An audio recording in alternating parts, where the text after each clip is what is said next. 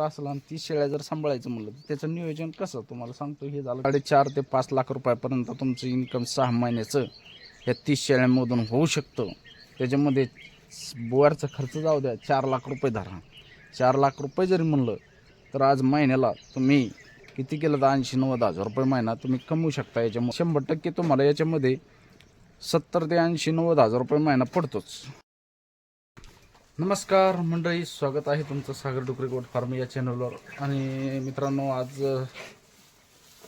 श्रावण महिन्यातील दुसरा श्रावण सोमवारच्या तुम्हाला सर्वांना हार्दिक शुभेच्छा. तर मित्रांनो, ज्यांच्याकडे कोणाकडे समजा 1 एकर 20 गुंठे 10 गुंठे जर क्षेत्र असलं, शेती असेल, तर त्यांनी डायरेक्ट बिनधास्त तुम्हाला सांगतो शेळी पालन हा मुख्य व्यवसाय केला तरी चालतो. कारण की शेतीपेक्षा शेळी पालनामध्ये जास्त प्रमाणामध्ये प्रॉफिट आहे, नफा आहे. त्याच्यामुळं शेळी पालन हे बरेच काही आपले शेळी पालक आहेत की जे शेळी पालन हे मुख्य व्यवसाय म्हणून आता सध्या करत आहेत. आता तुम्ही म्हणसाल मग तुम्हाला 1 एकर शेती आहे तर तुम्ही का बरं करत नाही? तर आपल्याला पण करायचं आहे, पण आपल्याला पहिलं पाण्याचं नियोजन, त्यासाठी पाणी लागणार आहे मित्रांनो. कारण की 1 एकर शेतीवर जर तुम्हाला मुख्य व्यवसाय शेळी पालन जर करायचं असेल तर त्याच्यासाठी तुम्हाला थोडं का होईना 10 गुंठे का होईना तुमचं क्षेत्र भिजलं पाहिजे असं पाणी तुमच्याकडे अवेलेबल असणं खूप गरजेचं आहे. कारण 1 एकर क्षेत्र जर म्हणलं तर तुम्हाला जवळपास कमीत कमी 30 शेळ्या तुम्ही 1 एकर क्षेत्रावरती सांभाळू शकता आणि त्याच्यामधून चांगला इन्कम घेऊ शकता. तर त्याचं नियोजन आपण आज सांगतो मी तुम्हाला थोडक्यात, की 1 एकरमध्ये आपण किती शेळ्या सांभाळू शकतो आणि त्याच्यापासून आपण किती वार्षिक उत्पन्न घेऊ शकतो. थोडा व्हिडिओ मोठा होईल, पण स्किप न करता व्हिडिओ शेवटपर्यंत बघा, जेणेकरून तुम्हाला तुमच्याकडे जर 1 एकर क्षेत्र असेल तर तुम्ही मुख्य व्यवसाय म्हणून शेळीपालन करू शकता. आता तुम्हाला सांगायचं म्हणलं ना तर 1 एकर क्षेत्रामध्ये आपल्याला जर म्हणलं तर आपल्याला कमीत कमी 30 शेळ्या आपण सांभाळू शकतो. आता त्याचं नियोजन कसं करायचं ते तुम्हाला मी थोडक्यात सांगण्याचा प्रयत्न करतो. आपल्याकडं 1 एकर म्हणजे 40 गुंठे. 40 गुंठ्यामध्ये आपल्याला सरासरी तुम्हाला सांगतो 8 घ्या. ते कोणकोणते घ्यायचे मी तुम्हाला सांगतो. 5 गुंठे मार्वेल गवत लावा.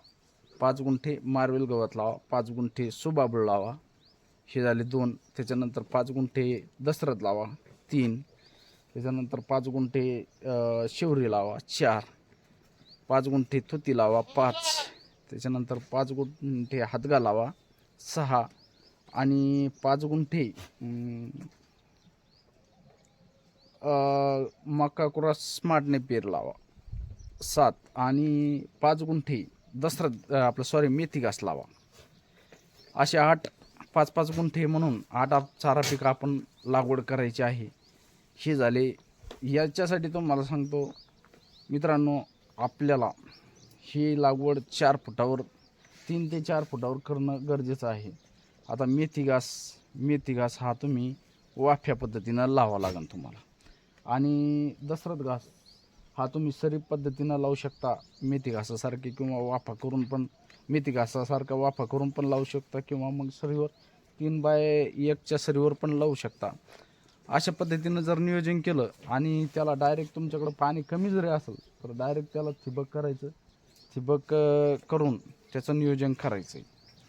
आता हा झाला हिरव्या चाऱ्याचं नियोजन. आता याच्यात कमीत कमी किती शेळ्या सांभाळू शकतो आपण?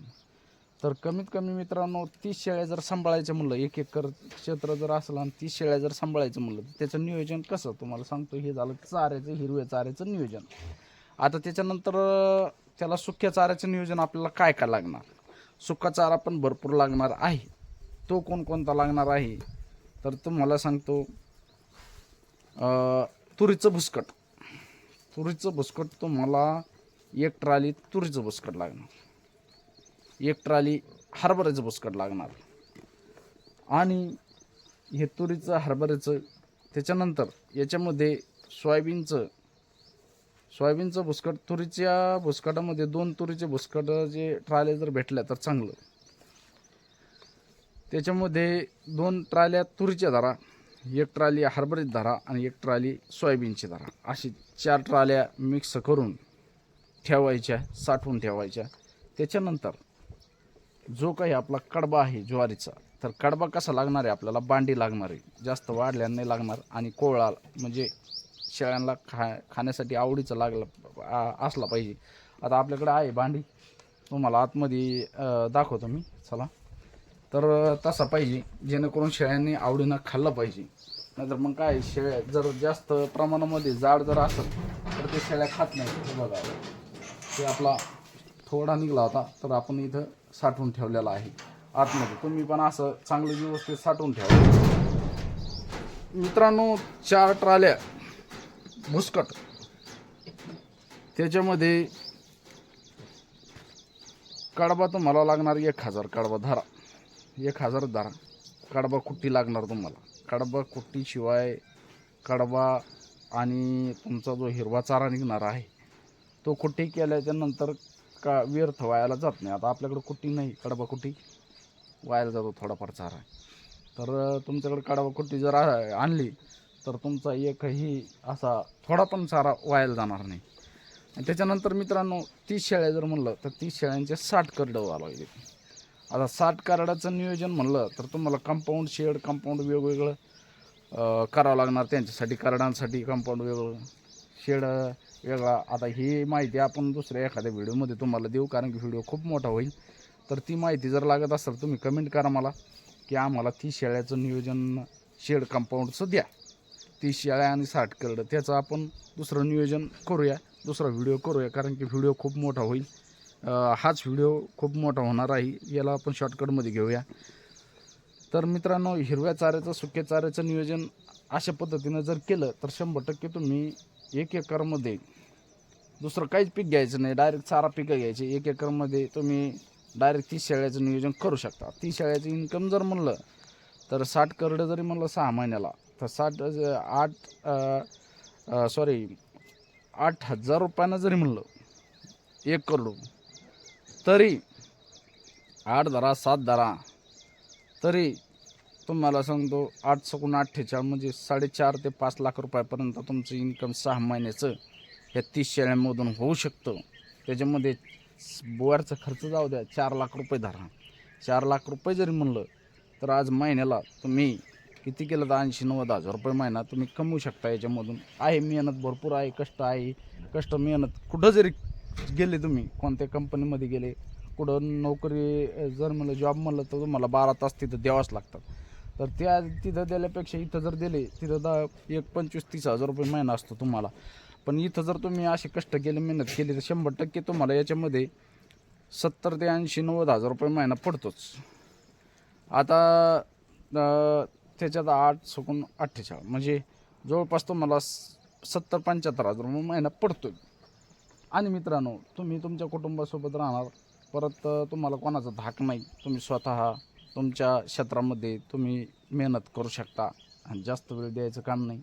मेहनत तर करावं लागते कुठं पण, आणि वेळ तुम्हाला टाईम टू टाईम द्यावं लागणार, 2-2 तास द्यावं लागणार तुम्हाला. असं काय डायरेक्ट दिवसभर आपल्याला काही चारा टाकत राहायचं नाही, त्याला त्यांचा वेळ कालावधी ठरवून घ्यायचा. अशा हिशोबानं जर शेळी पालन केलं 30 शेळ्यांचं, तर 100% याच्यामध्ये आपल्याला प्रॉफिट भरपूर राहतोय. आणि मित्रांनो, आता तुम्ही माणसानं, पण मी भविष्यामध्ये तुम्हाला आपले 4-6 महिन्यामध्ये दिसेल, आपल्या शेळ्या वाढलेल्या दिसतील. काहीतरी इथं नियोजन उन्हाळ्यामध्ये तुम्हाला मार्च-एप्रिलमध्ये आपले बोर घेतलेलं दिसेल. असं सगळं स्टेप बाय स्टेप तुम्हाला मी दाखवणार आहेत. सध्या आपल्याकडे इतके मेंबर आहेत, पण एक थोड्या दिवसामध्ये आपल्याकडे मेंबर परत वाढणार आहेत. मी जसं तुम्हाला नॉलेज देतो तसं मी पण सुरुवात करणार आहे, की असं नाही की तुम्हाला माहिती देऊन मी कमी करणार आहे. पण काही अडचणी असतात मित्रांनो. तुमच्याकडे मागं जर अडचण नसेल तर तुम्ही 100% 1 एकरमध्ये 30 शेळ्याचं नियोजन करू शकता. तर चला मित्रांनो, व्हिडिओ खूप मोठा होत आहे. व्हिडिओ आवडल्यास व्हिडिओला लाईक करा, नवीन असेल तर आपल्या चॅनलला सबस्क्राईब करा, जेणेकरून मी तुम्हाला असे मोटिवेशनल व्हिडिओ नवनवीन तुमच्यासाठी घेऊन येत असतो आणि तुम्हाला मोटिवेट करण्याचा प्रयत्न करत असतो, जेणेकरून आपले शेतकरी मित्र हे कमी शेतीमध्ये जास्त उत्पन्न कसं घेतील, जास्त नफा कसा घेतील, हा माझं ध्येय आहे. बाकी तुम्हाला व्हिडिओ कसा वाटला कमेंटमध्ये नक्की करा. कमेंट करत जा मित्रांनो, लाईक आणि कमेंट करायला विसरत जाऊ नका. तुमच्या काही अडचणी असल्या तर कमेंट नक्कीच करत जा. व्हिडिओ आवडल्यास नक्कीच व्हिडिओला लाईक करायचा. धन्यवाद. जय जवान, जय किसान, जय हिंद, जय महाराष्ट्र.